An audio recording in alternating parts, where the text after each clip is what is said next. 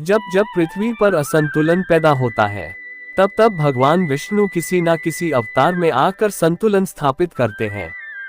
पृथ्वी पर जीवन का संचालन करने के लिए भगवान विष्णु समय समय पर अवतार लेते रहते हैं। आज हम उनके ऐसे ही एक अद्भुत अवतार के बारे में आपको बताएंगे।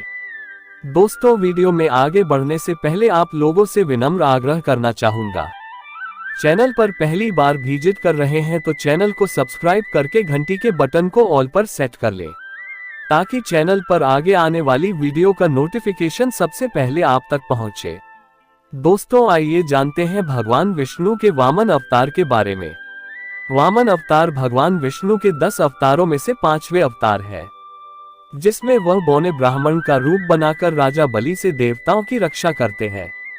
भगवान विष्णु के चौथे अवतार नरसिंह ने जब हिरण्यकश्यप नामक असुर का वध किया, उसके बाद हिरण्यकश्यप का पुत्र प्रहलाद के पुत्र विरोचन से एक सुर का जन्म हुआ, जिसका नाम बलि रखा गया।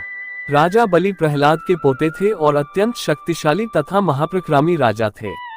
अत्यंत बलशाली होने के साथ साथ वह भगवान विष्णु के अनन्य भक्त भी था। अन्य सभी असुरों की तरह ही राजा बलि ने भी इंद्रदेव को परास्त करके स्वर्ग लोक पर अपना आधिपत्य स्थापित कर लिया।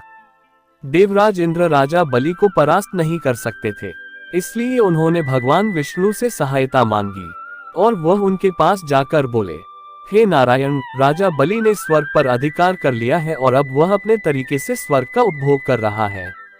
यदि स्वर्ग के अधिकारों का गलत तरीके से उपयोग किया जाएगा तो उससे अन्य सभी देवता गण अपना कर्तव्य नहीं निभा पाएंगे, जिस कारण पृथ्वी पर जीवन प्रभावित हो सकता है। इसीलिए आपको राजा बलि को परास्त करने में हमारी सहायता करनी होगी प्रभु। भगवान विष्णु इंद्रदेव की इस बात से सहमत होते हैं और वह उन्हें आश्वासन देते हैं कि वह राजा बलि को अवश्य रोकेंगे। राजा बलि भले ही एक असुर था, लेकिन वह त्रिदेवों का सम्मान करता था। राजा बलि महादानी थे, क्योंकि कोई भी उनके दरबार से खाली हाथ लौटकर नहीं जाता था।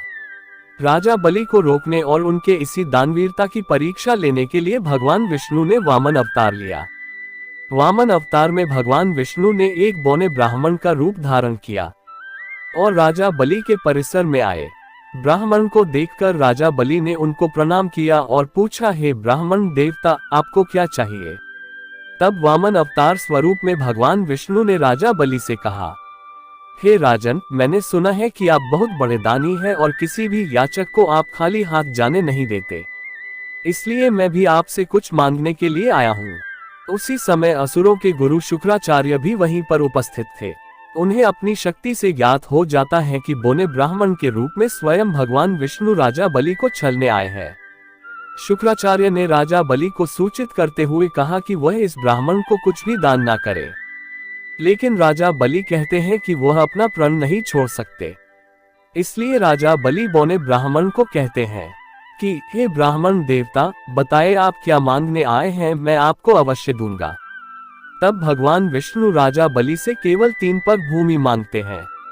राजा बलि उनकी इस मांग से आश्चर्य में पड़ जाते हैं, लेकिन वह उन्हें 3 पग भूमि देने का वचन दे देते हैं। जैसे ही राजा बलि ने ब्राह्मण को 3 पग भूमि दान देने का वचन दिया, वैसे ही भगवान विष्णु ने अपना आकार बढ़ाना शुरू कर दिया।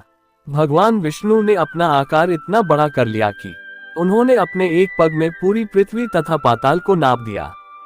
उसके बाद भगवान विष्णु ने अपने दूसरा पग उठाया और उसमें सभी ग्रह नक्षत्र और पूरा ब्रह्मांड को माप दिया।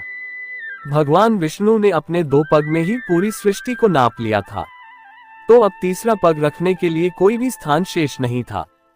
तब वह राजा बलि को कहते हैं, हे राजन, मैंने अपने 2 पग में ही पूरी सृष्टि को माप दिया है और वचन के मुताबिक आपने मुझे 3 पग रखने के भूमि प्रदान करने का वचन दिया है, तो अब बताइए कि मैं अपना तीसरा पग कहाँ रखूं?